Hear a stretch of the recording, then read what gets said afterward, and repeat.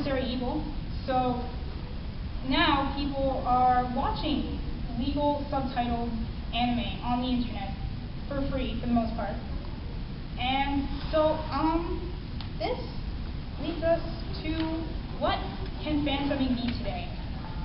Fansubbing, in my opinion, is starting to be displaced by these legal streams. And the people that are still doing fansubbing, they're either fansubbing the obscure stuff that doesn't get licensed by Crunchyroll or by Funimation, or they're still going with One Piece and Naruto, and they're just doing it because they love the show, or they love the popularity that comes with subtitling Naruto and One Piece. Even though One Piece is done now by Funimation and Naruto is subtitled by Crunchyroll. So what is the future of fansubbing, do you think, you guys? Does anybody think here fansubbing has a future? Sure. Yeah? It has a future. What do you think that future is? It will be to go for least popular anime to go where licensing company doesn't go to sub old school stuff. Sub underrated gem. Yeah. I think for most part it's one when something comes to go to love to discover real good anime that doesn't have a chance to be popularized. It's a bit back to the roots. Yeah, so sort of returning to its roots then? Yeah. Yeah, I mean, returning to the roots of people finding old stuff, and they love that show so much they want to share it with the rest of the world, that sort of thing. Does anybody else disagree with me? Does anybody think that fansubbing has a different purpose?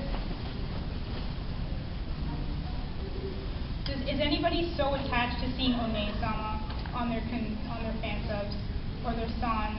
Do you think maybe with Crunchyroll doing streaming and maybe they'll decide, you know what, I don't like San, I'm going to say Mr. Takashi instead of Takashi-san. Do you think maybe fansubbing would be a way to fill in that void?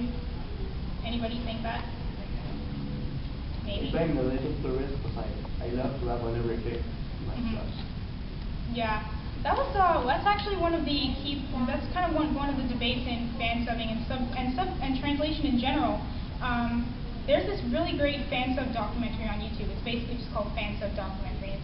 It's in like 5 parts, and it's this guy who's a professional translator, and he's showing all these fansubs and saying, listen, you're not supposed to keep san in your subtitles because that san isn't an English word.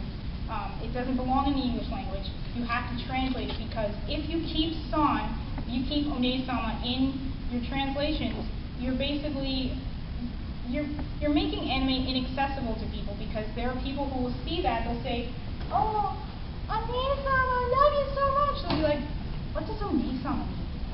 What does that mean? I don't understand. So, I mean, that's one of the points of that he makes in his documentary about how people aren't translating modern fansubs. They aren't translating things like one-sama. They aren't translating special words, especially like One Piece is one of their big sticking points.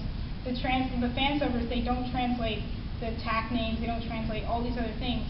And this guy is saying that this is wrong. You should translate it and make it readable so people who are seeing One Piece for the first time will say, oh, okay, I know what that means. That's not just some random Japanese gibberish. I get what that means. Does anybody disagree with me that maybe fansubbing should not continue doing this? I just want to point out that there are some things that the companies don't translate, like Gurren Lagann, because the full name of the show, Angataba Gurren Lagann, means heaven piercing crimson face. But when you buy the DVDs, it doesn't say heaven piercing crimson face. Yeah, and same thing for Higurashi. They didn't the manga. It says Higurashi when they cry. That's not the Japanese name, right? So, I mean, I see this like companies not choosing to translate. There are a lot of manga out right now that don't translate san or they don't translate sama or something like that. And I personally see this as companies bending to the will of fans. Fans are saying, you know, I want to see san or whatever. I want to see this. And the companies are saying, okay, we're listening to you. We're going to do what you want us to do, as we see in the fansubs. But the problem is that that's making anime and manga inaccessible to new people.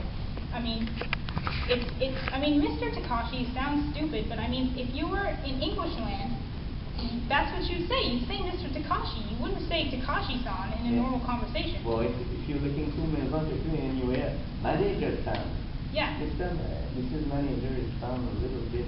I mean, but one of the points that the documentary makes is that good translators will find ways around that. And that was his main sticking point. Fansubbers today, they've become lazy. They don't want to translate those words. They don't want to be good translators.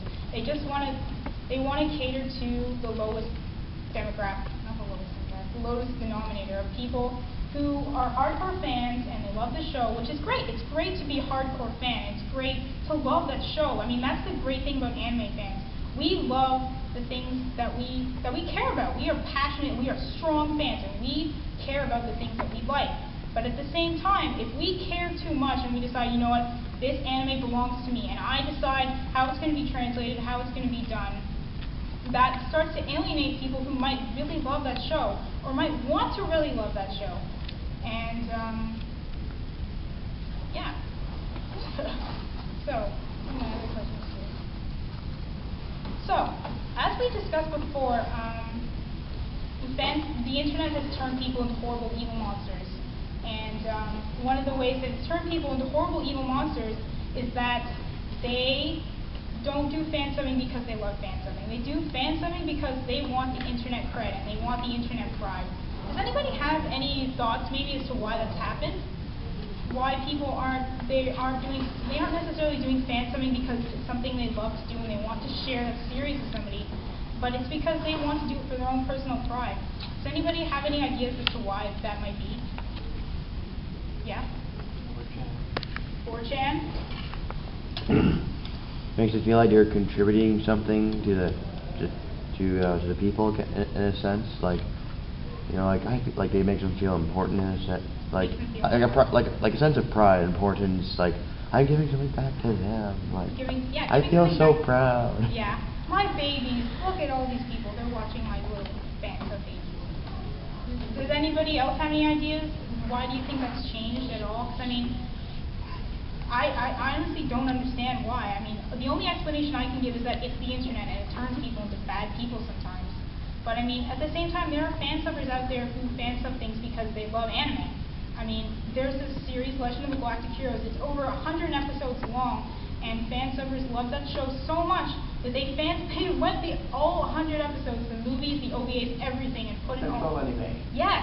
They do touch also. Yes, they did touch, and I mean, there are people out there who love anime and want to share it with the rest of the world, but at the same time, there are these people who are translating Naruto and One Piece, even though it's been licensed, even though it's on the internet for free, legally. Does anybody have any ideas, maybe, why that happens? Do you think maybe they become so attached to, this is my anime, and you know, I'm a fansubber, and I'm going to translate it, and it's become a part of me. Do you think maybe that's the reason? Yeah, some people are called for personality. Yeah. In myself and I. Exactly.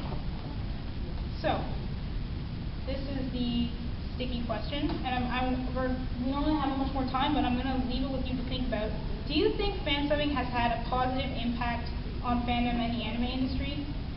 Does anybody think it's had a good impact? Absolutely. Absolutely. That's what basically got the whole industry started. Mm-hmm. They don't like to admit it, but